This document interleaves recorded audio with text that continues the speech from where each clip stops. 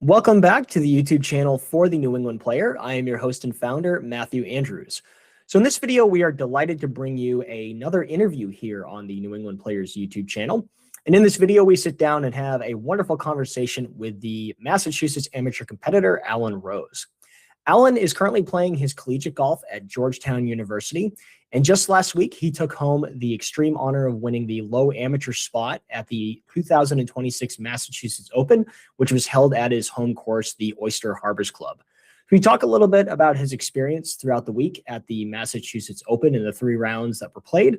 We talk a little bit about how the Oyster Harbors Club has changed with the recent renovation completed by Gil Hanse and how that makes the course play a little bit different. We also get into some of the courses that he loves throughout the New England region, not just in the state of Massachusetts, but also throughout some of the other states as well. And we also just get a sense for what his competitive schedule is going to look like throughout the rest of the year, amongst a couple other topics. So again, we really hope you enjoy this conversation. And as always, please be sure to give this video a like. Please comment below on what you think. And as always, please be sure to subscribe to the channel to make sure that you don't miss any of our content like this and some of our other videos coming forward from here. All right. Thank you very much for being here. And let's get into the conversation with Alan. All right, Alan. Well, thank you so much for being willing to join us here on the New England Players YouTube channel. And a special thank you, of course, for joining so shortly after your amazing week at the Mass Open. So welcome to the channel. Yeah, thanks for having me, Matthew. I'm excited to do this. Awesome. Very good. Yeah. So as far as like some of the topics for our discussion today, we'll get into some of your playing history, of course. You certainly have had a great history of playing in the state of Massachusetts. You had an awesome week last week at Oyster Harbors Club at the Massachusetts Open, which we'll get into plenty as well. You're down at Georgetown, of course, as well with fellow competitor up here, CJ Winchenbaugh. So love to talk to you about that experience so far. And also just to have you maybe comment on what makes golf in Massachusetts so special and what your experiences up here have led you as far as competing in a different part of the nation. So those are some of the topics that we have. But yeah, before we get into some of the the really big topics, why don't you just tell us a little about yourself? Where are you from originally? What's your history as far as getting into the game, where you grew up, and where you're currently playing college golf? Yeah, I'm from Weston, Massachusetts. Before Georgetown, where I'm playing college golf now, I went to Noble and Greeno School over in Dedham. Played on the high school golf team there, which was a ton of fun. Nobles was a terrific experience, and I was so fortunate enough to be able to go there for 6 years and play golf. And then sort of through junior golf, I grew up playing at Weston Golf Club and the Oyster Harbors Club. The sort of first teaching pro at Weston Golf Club, Tim Tierney, taught me how to play the game and was just so influential in my starting to play golf. And he's really who I attribute to teaching me the game, how to swing a golf club, how to play golf, and really getting me to the point where I wanted to compete. And then at the Oyster Harbors Club, they were so great about junior golf, getting juniors on the golf course, having tournaments and stuff. So that's where I'd say I really learned how to compete and like practice on my own and really play golf on my own. So it was kind of cool to have that like juxtaposition between Weston, where I was getting instruction, and then Oyster Harbors, which is where I learned how to compete. So super, super thankful to my parents for giving me both those places to play, and to the clubs themselves. Everyone in the golf shops there over the years have been so helpful in my golf journey, and the memberships as well. So really just so fortunate to have access to those 2 places. And then yes, now I'm at Georgetown playing golf. I'm going to be a junior next year. Super excited. I've had 2 amazing years so far, and I think we got a good squad for next year. So really excited to head back. Awesome. Very good. No, and it sounds like such incredible opportunities at those 2 clubs to throw in the game. That's amazing. Excellent. Yeah, it's really been great. And I think the golf staff at both the places and the people who work there are really what's made it so special. Excellent. Very good. Yeah. So I guess speaking of Oyster Harbors Club, so we just wrapped up the Massachusetts Open last week. At Oyster Harbors Club. Super special event, I think, certainly for not just the state of Massachusetts, but also I think for the New England region, given that if I remember right, I think it's been since the 40s that the Open was held at Oyster Harbor. So I think a really special return to that place for, one of the premier events in the New England region, and certainly in the state of Massachusetts. And you played really great, and you captured the exceptional honor of getting the low amateur at the Open, which again is just fantastic. But yeah, so leading up to the Open, talk a little about your preparations. How I'm trying to think of like how maybe far away you'd been from, coming home from college at this point in the year. But yeah, talk to us a little about your preparations coming in. Yeah, I got home from college the first week of May, so been home for a little bit, and I'd really only competed twice, both just 18-hole qualifiers up at the Berkshires, or I guess 3 times actually. Was up in the Berkshires twice, once for U.S. Open local qualifying where I missed by 1, ended up as the second alternate. And then I was back out there for Mass Open qualifying, which was probably the most stressful day of golf this year, just because I wanted to make it out to Oyster Harbors so bad. But played nicely in both of those. And then missed by 1 at the USAM local as well at Longmeadow. So I'd really not competed that much. I was really just practicing a ton. And in terms of leading right up to the event, my game really didn't feel that great, to be honest, which definitely wasn't a great feeling because I've been playing so well kind of in the month leading up to the week before the tournament. So I was like, man, if we'd had this event right when I got back from school, I feel like, I would have had a good chance to win. And now I'm kind of scrambling. I don't really like how I'm hitting it. But I think it almost gave me a good perspective for the week because I was just like, you know what, this is such a great opportunity to play this course. I've really, besides the club championship there, I've never been able to really compete out there. So let's just, have fun and just rely on some home course advantage, I guess. And then, I just kind of had like a good, I guess, range session with my dad the evening before the tournament started where I got a feel that I was like, okay, I guess we can kind of work with this. And then I've been putting great. So I was just like, you know what, we can just rely on the short game putting this week. And then I just for, it's just golf. It's just weird. A switch just clicked kind of right in that opening round. And I got off to a really hot start. And then some of the issues in my game started to pop up on the back nine there, which was definitely a little shaky. But yeah, the preparation wasn't anything special. It was just kind of what I do for every event. And not feeling great, I think might have been almost a good thing just because I went out there with like a let's have fun attitude instead of a, I should really be competing in this kind of thing. Sure. No, very good. And I think it kind of showed with your performance on the last 2 days, which we'll definitely get into, I think, in a little bit.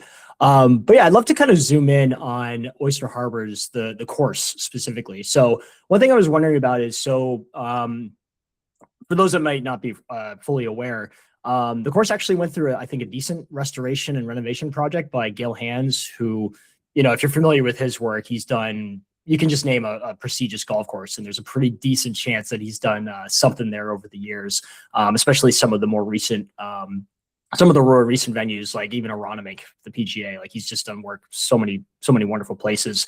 Even here in Massachusetts, like Worcester, he's done just so much great work. But I was kind of curious about the restoration and perhaps how the course maybe was different in terms of maybe how it played or how you had to think about going about it pre-restoration. So is there any insights you can maybe provide in terms of like some of the more significant changes that you saw that Gil had done, and did that affect the way that you attacked the course and perhaps years prior? Yeah, for sure. I love golf course architecture. It's like something that I'll totally nerd out over.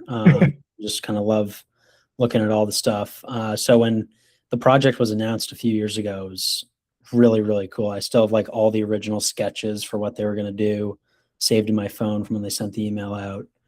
And then seeing it like really come into fruition over that off season and then getting to play it last year for the first time, it was really, really cool. And I love what they did because they didn't really change the character of the golf course. They really just changed the way that it should be played within the modern game. So, there was a bunker on 1 that was kind of down the left side. I think 1 is a perfect example of what they did. I think it's a great golf hole. They, I think, expanded part of the green a little bit because it had just shrunken a little bit over time. They did that throughout the course. And then they reworked a lot of the bunkers. So they had those like, sand face bunkers that you can see from standing like back well short of them from the tees, from the fairways, etc. But then there was this bunker that was kind of down the left side of the fairway. And I mean, from the blacks before the renovation, it was probably a 210-yard carry. So it's not really in play for anybody. If anything, it's in play for people who, if they hit a 210 off the tee, shouldn't have to worry about a fairway bunker. So they moved that way down. I think it's probably a 275 carry now. So, I mean, I'm a longer driver of the golf ball, so that hole doesn't really affect me as much. It's definitely a visual out there. If it's into the wind, it's certainly a thought. But they did that kind of similar thing on a few holes. So it's there on 1, and then 4 is a lot different with carrying a bunker. 14 and 18. So those are kind of the big ones. And then I think the best change that they made is 4. They just made it a lot longer, and they kind of stretched that tee box back across the road. I don't know if you were out at the Open for any of the days, but it shared a tee box with 16. Those holes kind of run parallel with one another. And that hole used to be for me driver 7-iron if I had a good one on a par 5. And then this week it was driver, I don't even know if 3-iron's going to get there in 2 kind of thing. So that definitely changed the way I viewed that hole a lot. And then the last day I made bogey on 14, which was, I mean, pretty much just a direct result of the change that they made to the golf course. They moved the bunker on the left further down, so it was in play for some of the longer hitters. Whereas before, if I'd hit the tee ball that I did, it would have gone over, kind of gone into the pine straw fescue on the left, but that's really fine. You can hit any sort of high iron down there. But in the bunker, I mean, I had to wedge out with 56 degree and had to hit 3-iron into the green and ended up making bogey. So that was definitely really cool to see that they could get those holes with the renovation to like more of a championship caliber for a tournament like the Open, because I think there are a lot of bogeys that week from fairway bunkers that just wouldn't have happened before the renovation. So I thought they did a really, really good job. Awesome. Yeah, no, based on your description, it sounds like all the changes, I think, probably had their desired effect. And that seems it certainly seems what Hands is great at. I think it's the combination of like, I think bringing it back to some of the elements that like a Ross or whoever it was, really intended, but also making it not necessarily like fully relevant, but just also like the appropriate challenge for players of like, the caliber that are going to be at a state Open or, for sure, or a major championship. Yeah. I mean, they made it a lot more playable for members as well. So it's I think just a win-win. Awesome. Excellent. No, it sounds like it was a fantastic layout. That's great. So staying on, this is like, I guess maybe like a more general Open question. So if you thinking about like the differences between like, say, a state Open versus a state amateur, they're quite different, I think, in terms of like the type of, not only just like maybe the test that's set up, but also like the type of field that you're having to encounter. So again, just for folks that might not be too familiar. So the Massachusetts Open was 54 holes of just straight stroke play. So just 18 holes of stroke play across 3 days. Whereas in the amateur, you have 1 or 2 rounds, depending on the state of like a stroke play qualifier into the rounds of match play. And then you go, the rounds of 32 all the way down to the final 2 to determine the champion. But I think one of the bigger differences, certainly with the Opens, is that where, again, the amateur is, as you might expect, just amateur players. But when you get to a state Open, you've got a lot of pros and sometimes very seasoned professional players in the field as well. Like, for example, thinking about the winner this past week, Evan Harmeling, he's a past winner on the Corn Ferry Tour. So, certainly an incredibly serious player. So I guess if you think about like those 2 primary differences where you've got just like the straight, all day is stroke play, or each day is stroke play versus, maybe the match play component, which I think probably some competitors are maybe a little bit more comfortable with that format from a competitive standpoint, but also just that extra perhaps intimidation factor of the professionals in the field. Is there any way that you have to think about the state open differently versus the amateur in terms of either preparation or mindset, just given some of those differences? Yeah. I think more from my perspective, it's just like really cool to be able to play in an open with professionals. Like, I think it's just kind of like a fun thing to get to do. I wouldn't say it's like an intimidation factor. I think every time I go out and play in a golf tournament, I'm obviously trying to win. And I think that if I play my best, I can win. So I would say that who's in the field doesn't really have that much of an effect on how I prepare and how I play the golf tournament itself, but more of like a, oh, wow, this is really cool kind of thing.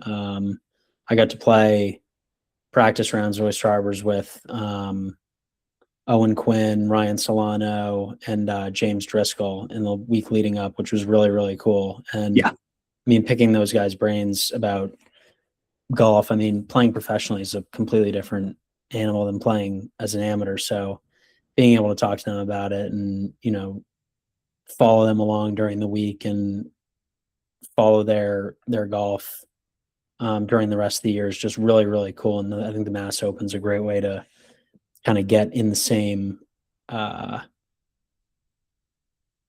environment as those guys. And I think it's awesome that Mass Golf has such like a split field between amateurs and pros, because it's really, really cool to get to play in the same events as those guys. And then the other thing I'd say, just for like the competition itself, is, I mean, the Mass Open, you know what you're getting. You're playing 18 holes the first day, 18 holes the second day, and then if you make the cut, 18 holes the third day. It's really pretty much just a standard stroke play golf tournament.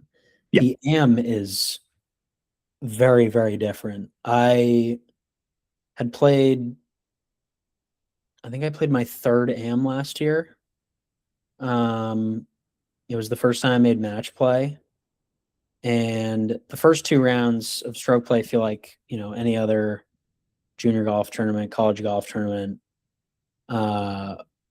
whatever, stroke play event. But then when you get into match play, it's completely different, because you're playing A, match play, and also B, you're playing multiple matches a day. Mhm. And last year at Great Horse, it's pretty exhausting. The golf courses are long. That place was hilly. It's like you're out there from 8 a.m. warming up until maybe 5 or 6 p.m. That first day. So that's a completely different type of golf tournament, and definitely requires more rest and focus on your body and how you're feeling than I think a standard 54-hole stroke play event would. But I also love match play. I think it's like the purest form of the game. So I think that the Mass Am and the way that they do it is a really, really great way to run and hold a championship. Awesome. No, that's great. That's awesome insights. I was always just kind of curious about that, especially because, again, when I looked at the winner of the Open, being, a Korn Ferry Tour winner, it's like, man, it's like you don't necessarily realize until you actually like truly look at the field how different it can be compared to an amateur event. Yeah, it's a great state open.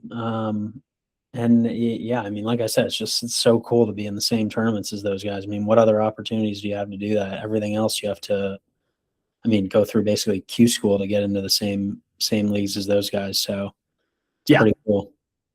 Yeah, it's always cool too. Like if you really dive into like the history of like who's won the Mass Am. Oh yeah. I mean, you've got like Byron Nelson, Gene Sarazen, Donald Ross himself won the first one. I mean, it's just so cool to like see like whose names you could be next to on that trophy. Horton Smith won one at Oyster Harbors. Yeah, that's right. Playing the first Masters. So it's really, really funny. Yeah, it's incredible. Awesome. No, very good. So I mean, next two questions are just kind of about the tournament itself from last week. So tournament start wasn't super great for you. I think you opened with around a 74, but obviously you managed to rally, really quite nicely in the last 36 holes to come up with the low AM honors, and what was it, T5, I think is what you finished. Yep. So yeah, when you come off of a less than stellar round like that, what was it what was the process for you like, maybe even the day after that, to just try to, settle back in, maybe realizing that, hey, I know this course probably as good as anyone out here. Like, what were some of the things that kind of helped you rally to that wonderful next 2-round finish? Yeah. Well, I mean, like I touched on earlier, I was struggling a little bit with my game in that week leading up. So the 74 was, if you told me I was going to shoot 74 the first round 2 days before, I'd been like, okay, like, I mean, it's not great, but probably in line with how I'm feeling right now. Mhm. If you told me I was going to go out in, I think it was 33, I would have been like, what? There's no way. But I got off to a crazy hot start. I birdied 6, 7, and 8. I chipped in on 8 for my third birdie in a row, which was, I mean, just great. I was feeling so good. And then I just kind of ran into one of those walls in golf where you feel like you just totally fell asleep. And when you come out of that stretch, you're just like, what just happened? It's like 5 holes later, and I just made 5 bogeys in a row. And I was like, oh my gosh. That didn't even feel remotely like the first 8 holes did. And then I rallied pretty well there and made a birdie on 15 to get back to even, which, for a little bit of background on Oyster Harbors and how the course plays, at 16 is probably the easiest hole in the course. It's a very short par 5. So anytime you're going into 16 even or better, you are thinking, okay, an under par round is within reach here. So going into 16, I was feeling like, it's going to be 71 or maybe 70 if I can grab one more heading in. But then, unfortunately, I hit an okay tee ball down the left side, and kind of got blocked out by a tree and tried to hook a wedge over. Ended up in the bunker, sort of a little bit short-sided, and hit probably my worst shot of the tournament. I just totally sculled a bunker shot, probably 50 yards over the green, and ended up making 7, double on that hole, and then making par to finish. So it really just kind of boiled down to that one hole that made it kind of like a not so great mediocre round to what could have been a very solid start. I feel like 71 with the 77.5 scoring average I think that this course had the first day would have been a solid start, and I think I would have been tied for third, if I'd had that start. But then with that, I mean, the course was playing as hard as I'd ever seen it. So 74 didn't feel terrible, and I knew that, okay, now I've seen how hard it's going to play, and I know what to expect for tomorrow. And I think that the harder the course plays, the more of a home course advantage I have. So I can go out and post a number tomorrow and really move up the leaderboard. And then I started with all pars on my first 9 holes the second day, and then eagled 16 to kind of get that double back, which felt really, really good. And then just played really solid in from there. So I think it was just, one or two just really bad shots that I got out of the way, and then feeling like, all right, and I know this place well, and I know I can post a score out here regardless of how hard it's playing. So just go do that the next 2 days and see what happens. Awesome. Excellent. Yeah. And as far as like, thinking, I mean, I guess we're only a few days after the fact, but, if you think about like, just the fact that it's your home club, again, the first time that it's been since the 1940s that the Mass Open has come back here. In reading, I think some of the Mass Golf story about, your performance in your week. I think you had your dad on the bag, as far as I remember. I did, yeah. So if you think about like just all those factors and getting the low AM honor, where does this, like, maybe if you were to, like, I don't know if rank is the right word, but if you were to try to like place this amongst like some of your other achievements in New England, like where do you think this one would land? I think it's probably number 1. I mean, it was such a special week for the club. Even, I mean, I love the place so much, and it's where I've grown up. So to see an event like that there, just from as a spectator, just not even having played the event, but I mean, I spent most of the afternoon after the first round just watching, some friends or We had an old assistant pro from Oyster Harbors who was playing. Went out and watched him for a few holes, some other buddies. That was just so cool to see. So from that perspective, the week was like a total home run. And then to also be able to play in it and play well with my dad caddying for me, I think that was just like the cherry on top to make it just kind of like a perfect week.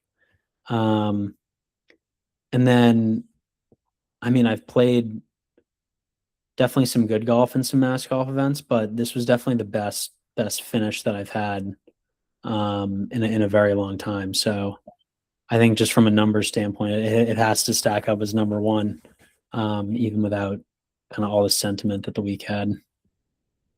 Excellent. Well, congratulations again, man. It's just such a, I think the whole story of it sounds like, again, it's like your crowning achievement here in the state. And again, for some other special aspects of just your home club, your dad on the bag, just awesome stuff. Really, Yeah, thank really you. happy. Yeah, Appreciate it. excellent. Yeah, so for the next maybe question here, just shifting away from actually the New England area. So again, you mentioned you play your golf currently at Georgetown from a collegiate standpoint. And you're down there also with fellow Oyster Harbors Club member CJ Winchenbach, who I've had the pleasure of meeting actually somewhat recently as well. I followed him and his group actually out at the Berkshire Hills U.S. Open qualifier. So, as far as like, not only having a fellow New Englander down there with you in a different environment, but also, having a member of the same club with you. How has that maybe helped your transition into just a completely different world of golf in a different part of the country? And what are some of maybe the lessons that, having a place like Oyster Harbor or playing in just New England generally, what do you think are some aspects maybe about New England golf and learning the game here that you applied best maybe to competitive golf in a big collegiate sense? Yeah. I mean, having someone like CJ that I've grown up playing with, who's just a great friend as a teammate and classmate, to be able to kind of take on that challenge together has been really, really fun. And I wouldn't trade it for anything. I think that it's so, crazy that we both live in Weston. We both play at Oyster Harbors. We went to schools in the same league. We both committed right around the same time, and now we're both playing college golf together. Like, that just doesn't really happen. So it's really cool to be able to share that with him. We were roommates last year, so I mean, we've had just a great 2 years together, and hopefully a great two more. And then I think that, in terms of like New England guys taking on college golf, I think there's definitely, well, there's a pretty strong Massachusetts to Georgetown pipeline right now. Oh, interesting. It's been, yeah, we went when we were freshmen. There was Connor Willett, Max Hutter, Jacob Fenard, who were three seniors for our freshman year. So we had five Massachusetts guys.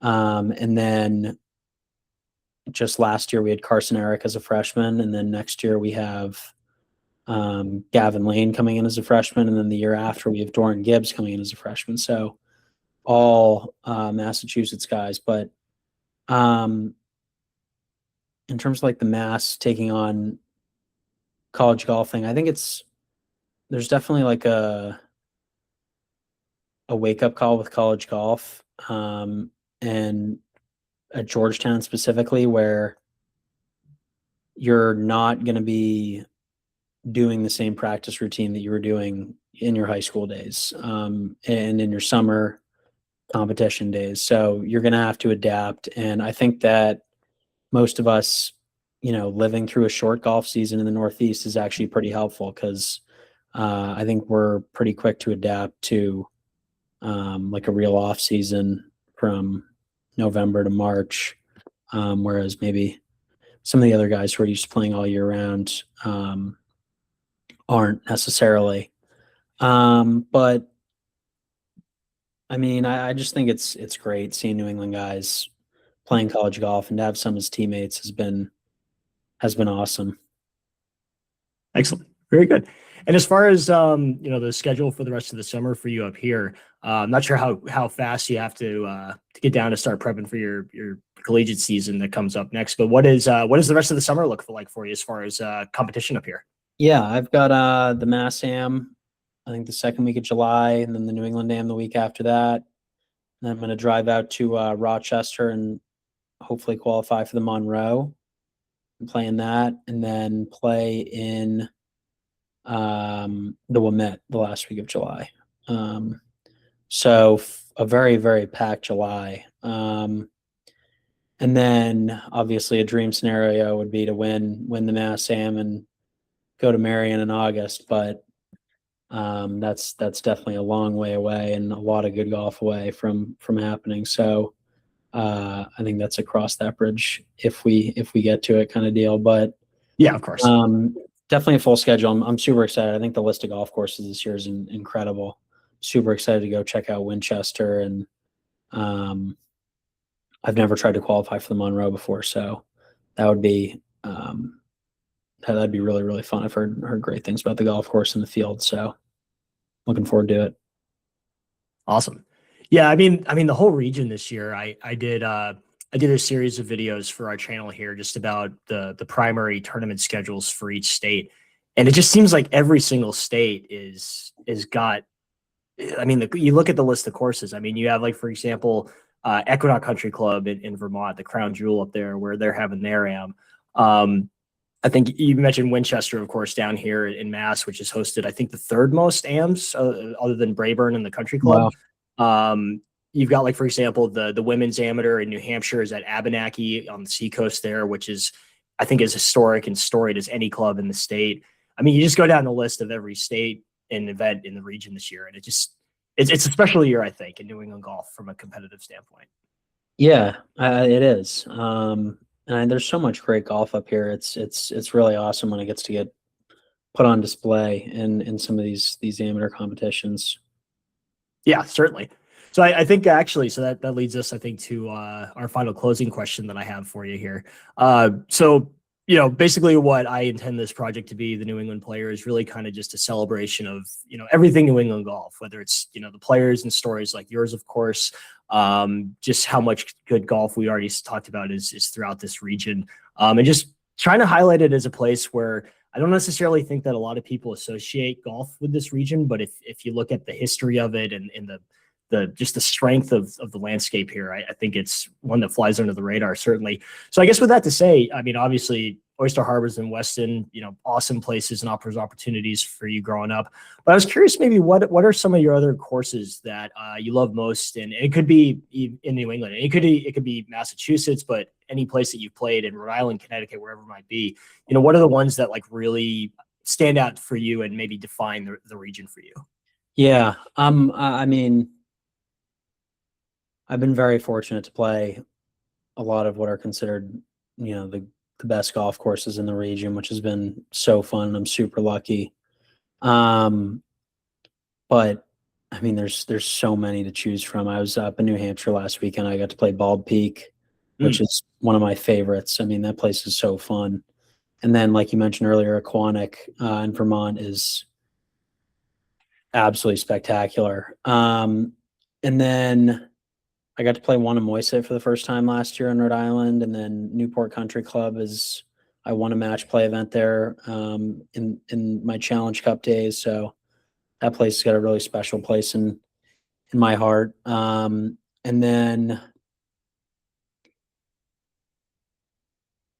I mean, I'm just like running down the state in my mind. Like Essex is one of my all-time favorites. The Country Club is just like the feeling you get when you're there. I mean, you can just feel like the history, and I feel like I'm walking through the greatest game I ever played every time I drive down that driveway and put on the property. So it's so cool. And then, I mean, some of the newer golf courses that have popped up over the last, I don't know how old Sandwich is, but I would consider that kind of in the newer age of golf. I mean, Old Sandwich, Boston Golf Club, so cool. And then one of my favorites, you know, kind of like in the Oyster Harbors genre of Cape and Seacoast courses, not on the Cape, but Catanset is really, really, really, really cool. And then I've got the two that are highest up on my bucket list right now are Myopia and Sankaty Head. So I really, really want to go check those two out. I've heard really, really good things. And I think Sankaty Head's got, in my mind, it's got kind of like shades of Shinnecock. So it's kind Yeah. of a cool, like US Open kind of feel place. So hopefully one day I'll be able to get out and play those. But I mean, there's just an endless amount of good golf in the area. Oh, for sure. Yeah. And I think the list that you mentioned is just, I mean, I would stack, so many of those up against like any region in the country for sure. And Absolutely. yeah. Yeah. That's cool that you played Bald Peak too. I'm actually from that kind of general area up in Oh, really? New Hampshire there. Yeah. Yeah. My, Yeah. So yeah. yeah, my dad's parents have a place in Guilford.